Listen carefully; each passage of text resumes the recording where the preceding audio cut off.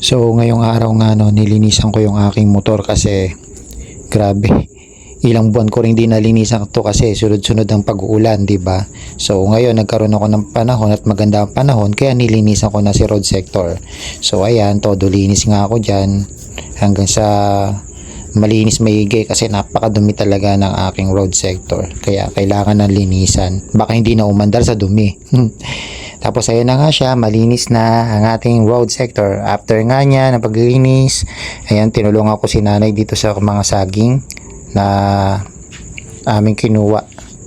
Ayan, harvest time ng saging saba. Yung tatay ko kasi nung nabubuhay pa, mahilig siya magtanim So mga tanim niya pa yan, yung mga saging saba na yan. So after nga niyan, kakain kami kaya kumuha ako ng mga sili dito. May tanim rin kami sili, no? Yan, pang ano sa sausawan. So kakain kasi kami ngayon ng tanghalian. So yan, kailangan may pansahog sa toyo at kalamansi, kailangan may sili.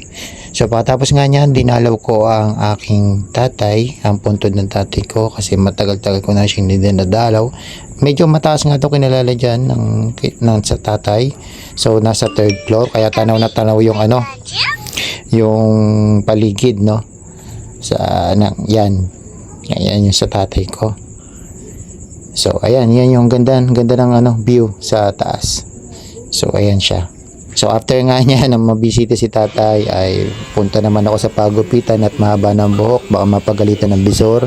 So ayan nga. O ayan, di ba? Ito na ngayon ang finished product. So yun lang guys ang maano ko sa inyo ngayong araw. Bye bye.